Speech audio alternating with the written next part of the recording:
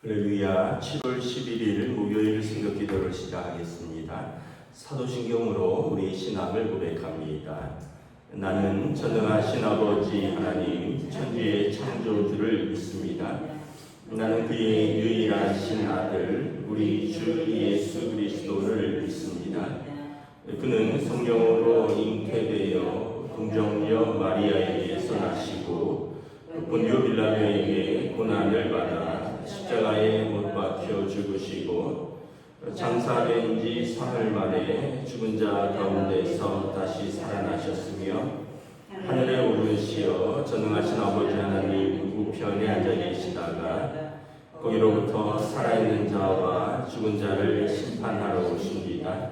나는 성령을 믿으며 거룩한 공교회와 성도의 교제와 죄를 용서받는 것과 몸의 부활과 영생을 믿습니다. 아멘. 찬송가 290장 찬양하시겠습니다. 찬송가 290장입니다.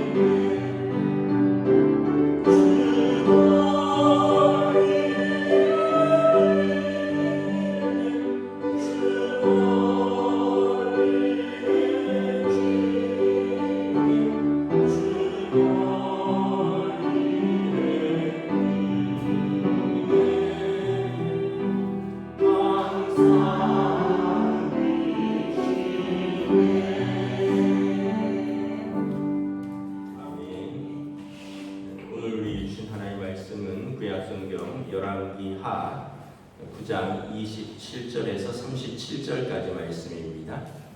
열왕기하 9장 27절에서 37절까지 말씀입니다. 다 찾으신 줄 알고 저와 여러분들이 한 절씩 교독하겠습니다.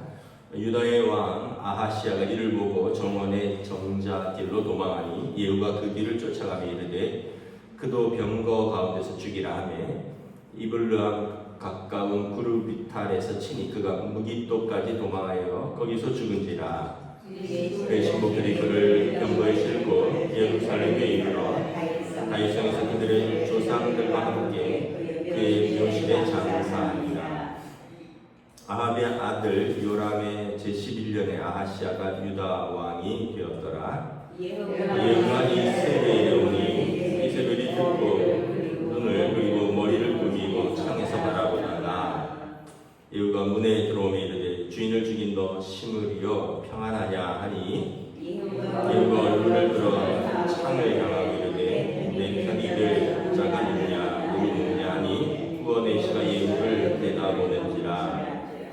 이르되 그를 내려 던지라 하니 내려 던짐에 그의 피가 담과 말에서 튀더라. 예후가 그의 시체를 밟으니라. 예후가 들어서 먹고 마시고 이르되 가서 이 저주받은 여자를 찾아 장사하라.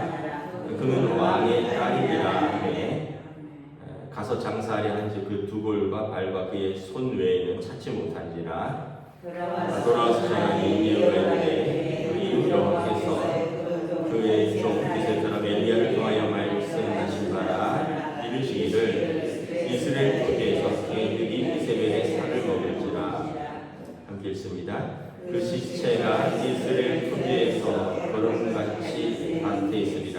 이것이 이세벨이라고 가르쳐 말하지 못하게 되리라 하셨느니라 하였더라. 아멘. 할렐루야. 네, 오늘도 우리에게 새날을 주셨습니다. 하나님께서 은혜와 평강으로 함께 해주시기를 축복합니다. 이제 예후가 반란을 일으키죠. 그래서 아합과 이세벨의 아들 요람이 죽었고요. 이제 요람을 문병왔던 아하시아가 이제 도망치다가 이 아하시아도 이제 유다 왕이지만 그 아합과 이세벨의 딸 아달랴랑 결혼한 이세벨의 사위입니다. 이 아하시아도 죽습니다. 나중에 보시면 알겠지만 이 아합 집안의 남자 70명이 왕자들이 다 죽고요. 아하시아의 집안에 있는 남자 42명이 다 죽습니다. 하나님께서 아합과 이세벨의 뿌리를 다 뽑아버리십니다. 북이스라엘이든 남유다든 이 아합과 이세벨과 관계된 남자들은 다 죽였습니다. 완전히 진멸하시는 거죠. 차이가 있다면 28절에 아하시아는 다윗의 후손이기도 하기 때문에 그래서 이제 아하시아의 시신은 다윗성에 묻히고 그의 아들이 왕이 되는 것이고, 북이스라엘에서는 이제 그 시신도 찾아볼 수 없고 그 뿌리는 이제 왕가는 시므리 왕조로 옮겨갑니다. 시므리 이제 오므리 왕조였죠. 아합의 아버지가 오므리인데 예후의 아버지가 시므리거든요. 그래서 시므리 왕조로 옮겨갑니다. 오므리 왕조에서 시므리 왕조. 그래서 하나님이 이 집안을 아예 뿌리 뽑아 버리시는 것을 볼 수가 있어요. 30절에 보면 예후가 이제 이스라엘 성 이세벨이 머무는 곳입니다. 이제 태후죠. 이 요람의 어머니죠. 그러니까 자기가 죽인 북이스라엘의 왕의 어머니, 그러니까 아합과 이세벨의 아들이 요람이었고, 요람을 죽였으니 이제 그 악한 여인 이세벨이 있는 이스라엘 성읍으로 쳐들어갑니다. 근데 이세벨이 얼마나 이제 대단한 여인인가. 30절에 자기가 죽을 것을 알고 있는데 이제 화장을 합니다. 30절에 눈을 그리고 머리를 굽이고 창으로 바라보다가, 그러니까 이제 죽을 때 죽더라도 황후로서의 위엄을 갖추고 꾸짖고 죽겠다는 거예요. 31절에 예후가 문에 들어오매 이르되 주인을 죽인 너 시므리여 평안하냐. 이제 예후가 이제 반란을 일으킨 것을 비난하는 것이죠. 그랬더니 32절에 예후가 왕궁에 내 편이 될 사람이 누가 있느냐 그랬더니 이세벨의 시중을 들던 내시 몇 명이 저희가 당신 편에 서겠습니다. 그래야지 사니까 그럼 창문으로 내 던져라. 그래갖고 이세벨을 왕궁 꼭대기 창문에서 내 던지는데 뭐 머리가 꺾이고 이제 피가 이제 담과 말에 튀었다. 그리고 비참한 것은 이제 이 여인을 이제 하루 정도는 그냥 시신을 치우지도 않고 내어두죠. 왜냐하면 하나님의 심판이 그에게 임한 것을 모든 백성들이 알게 하려고.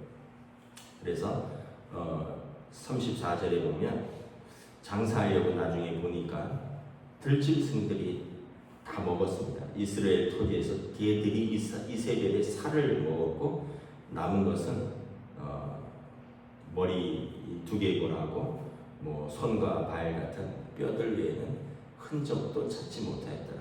아주 비참하게 죽은 거죠.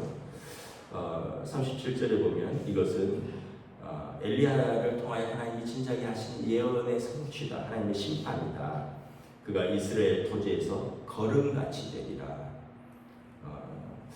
우리가 이걸 보면서 여러 가지 죄가 있지만 예수님께서도 말씀하셨지만 용서받지 못할 죄가 성령을 거스른 죄다 이런 말씀을 하셨는데 다시 말하면 하나님을 부인하는 죄입니다. 다른 죄는 용서를 받지만 이 생과 내 생에서 용서받지 못할 죄는 성령을 거스른 죄다. 하나님을 인정하지 않는 죄다. 왜냐하면 다른 모든 죄를 합친 것보다 더 큰 죄입니다. 하나님이 세상을 지으신 것, 이제 믿음이 없으면 다 무효예요.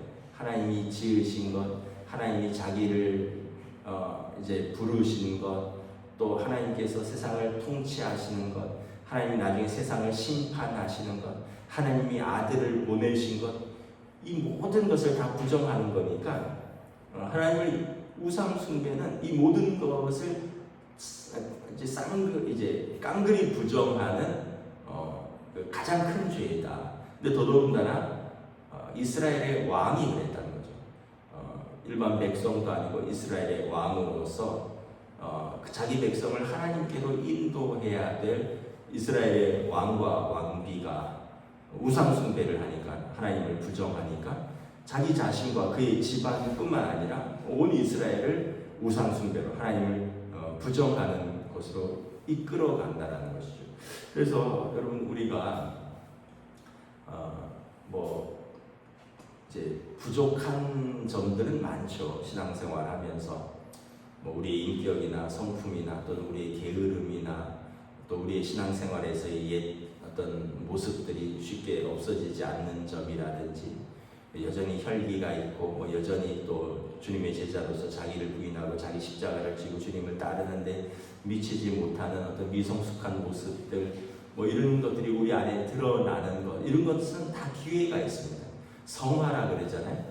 주님 오시는 그날까지 계속해서 우리의 옛 모습과 이제 우리가 분투하면서 하나님 앞에서 날마다 새로워지려고 노력하고 성령께서 우리를 말할 수 없는 탄식 가운데 우리를 위해서 기도하시고 우리를 이끌어 주시고 그래서 모든 것이 합력하여 선을 이루는 하나님의 뜻을 바라보기 때문에 우리의 부족한 것은 하나님께서 이끌어 주시는데 이끌 수 없는 것이 있어요. 하나님을 부인하는 것입니다. 우상 숭배인 거죠. 이거는 이제 성령도 인정하지 않고 예수 그리스도의 중보 사역과 예수님의 그 우리를 위하신 그 구속 십자가의 속량도 인정하지 않는 것이고 하나님께서 우리를 심판하실 것도 인정하시지 않는 거고 다 거부하는 것이기 때문에 이 생과 내 생에서 가장 큰 죄는 우상 숭배다라는 것입니다. 그래서 이것에 대한 심판이 오늘 아합과 이세벨에게 임한 것입니다. 특별히 이 우상 숭배로 나아가면 사람도 존중하지 않아요. 하나님을 이제 경외하지 않으니까 하나님께서 하나님의 형상을 가진 사람도 우습게 여기는 거죠. 아까 모든 것을 부정한다 그랬잖아요. 우상 숭배는 하나님과 관계된 모든 것을 부정하니까 하나님의 형상을 가진 다른 사람들도 우습게 여기죠. 그래서 나봇을 어떻게 합니까? 포도를 뺏으려고 누명을 씌워서 억울하게 죽여버리는 것이죠. 결국은 이 가문은 하나님께서 뿌리를 뽑아라. 그래서 예후를 통해서 심판을 하시는데 이제 이 아합과 이제 이세벨과 그의 아들 요람이 죽었고요. 이제 아하시아도 죽죠. 그리고 이제 이 아하시아는 이제 이 이세벨의 사위가 되는 것입니다. 아합과 이세벨. 그리고 이제 이 이세벨이 외할머니가 되는 거죠. 아하시아에 속한 그 아들들 친척들이 이세벨에게 문화놓는데 이 사람들을 또 다 쳐서 예후가 죽이고, 그리고 이스라엘 성에 이 아합과 이세벨의 후손들 요람의 아들들 70명이 있는데 여기도 다 죽여버려요. 예후가 이제 하나님의 징계의 막대기로 사용되는 것입니다. 여러분 이게 얼마나 큰 일입니까? 양쪽 나라의 왕족들 남자를 다 그냥 뿌리를 뽑아버린 거죠. 근데 이제 나중에 보시면 또 아시겠지만 그 아하시아와 결혼했던 이달리아라는 아합과 이세벨의 딸이 나중에 보면 남유다의 또 왕자들의 씨를 말립니다. 그 여인이 어떻게 보면 자기 아들들, 자기 손자들, 살아남은 다윗의 후손들을 이 여인이 또 씨를 말려요. 그러니까 여러분 한 사람의 죄가 이렇게 크고 한 사람의 믿음이 또 이렇게 크다는 걸 알 수 있어요. 우리가 아브라함을 보면 한 사람의 믿음이 하늘의 별과 같이 땅의 바다의 모래와 같이 커지는 것을 알 수 있죠. 아합과 이세벨을 보면 이세벨이라는 한 여인의 이 우상 숭배가 대를 이어서 엄청나게 영향을 미치는 걸 볼 수 있습니다. 결국은 한 사람이 참 중요하다. 우리는 그러면 이제 어떤 사람이 되어야 할까? 아까 뭐 우리가 말씀드렸지만 우리는 늘 겸손하게 오늘 주어진 나의 삶 속에서 늘 우리가 말씀에 순종하려고 애를 쓰고 또 넘어지지만 또 일어나는 것입니다.